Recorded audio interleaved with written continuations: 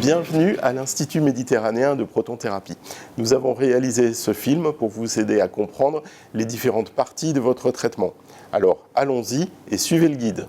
La protonthérapie est une technique de radiothérapie spécifique particulièrement adaptée au traitement de certaines tumeurs. Elle utilise des protons au lieu des photons habituellement utilisés en radiothérapie. Ces protons ont la particularité d'être très précis. Ils pénètrent dans les tissus, libèrent toute leur énergie quand ils atteignent la cellule cancéreuse, puis s'arrêtent. Ils vont ainsi mieux protéger les tissus sains situés autour de la tumeur. Cette extrême précision dans la dose permet d'être plus efficace, mieux tolérée et de réduire les risques de cancer secondaire dus au traitement. La prise en charge de votre lésion a été discutée en réunion de concertation pluridisciplinaire par un collège de spécialistes en cancérologie. Il a été recommandé un traitement par protonthérapie. Vous allez être pris en charge par une équipe spécialisée dans ce domaine et nous allons vous présenter les différentes étapes de votre traitement. La prise en charge d'un patient en protonthérapie commence par une consultation auprès d'un radiothérapeute. Lors de ce rendez-vous, le médecin vous expliquera de façon détaillée le déroulement de votre traitement.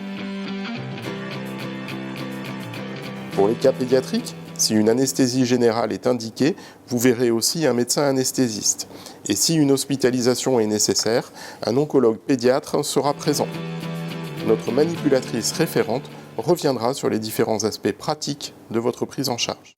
Mon poste a été créé pour optimiser la prise en charge des enfants et de leurs familles, qui sont une population qui nécessite des besoins spécifiques.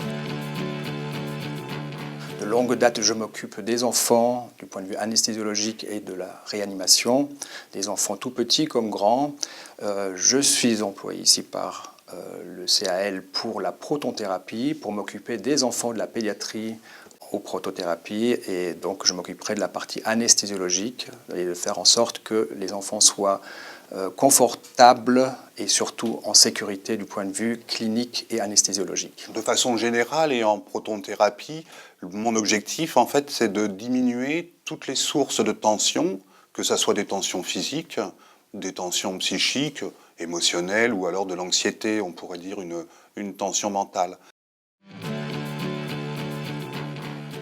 Une fois la prescription du traitement réalisée, c'est-à-dire le volume à traiter, la dose, la durée et le nombre de séances à réaliser, l'étude dosimétrique peut commencer. Le contourage de la zone à traiter et des organes à protéger est réalisé. Puis, le médecin et les physiciens vont créer votre plan de traitement. Une fois celui-ci validé, les données informatiques sont transférées à la machine de traitement. Pendant votre traitement, vous pourrez être hébergé sur le site de la Consolata qui fait partie du Centre Antoine Lagassagne. Cet établissement non médicalisé est destiné à accueillir les patients valides ne nécessitant pas d'hospitalisation. Cette structure est adaptée au traitement des jeunes patients, aires de jeu, possibilités d'enseignement, etc. Nous pouvons vous proposer un hébergement familial à la Consolata. Cet établissement est situé à 900 mètres du centre de traitement.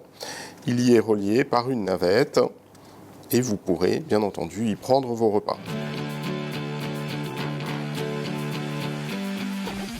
Une séance type se réalise généralement en à peu près 20 minutes. Il faut compter la moitié du temps pour le positionnement, puisque celui-ci est très précis, et la deuxième moitié du temps pour le traitement lui-même. En tout, en une demi-heure, voire une heure, le traitement est réalisé. Il est nécessaire par la suite de multiplier le nombre de séances, mais votre médecin oncologue vous expliquera à ce moment-là les différents détails de votre traitement.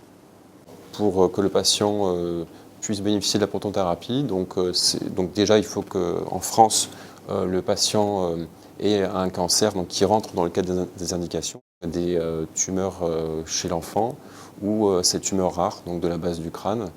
Donc il y a aussi d'autres indications, donc les tumeurs proches du rachis, d'autres tumeurs rares du même type, proches du rachis ou dans le bassin, et aussi des tumeurs des sinus ici, qui sont toutes très mal placées parce qu'à côté des voies nerveuses. Donc une fois que le patient a été diagnostiqué pour ça. Durant la consultation de surveillance, nous dressons ensemble les consignes à suivre après le traitement. Puis, nous programmerons les différentes consultations de surveillance et vous ne serez pas seul. C'est ainsi que s'achève ce film sur la présentation de notre service.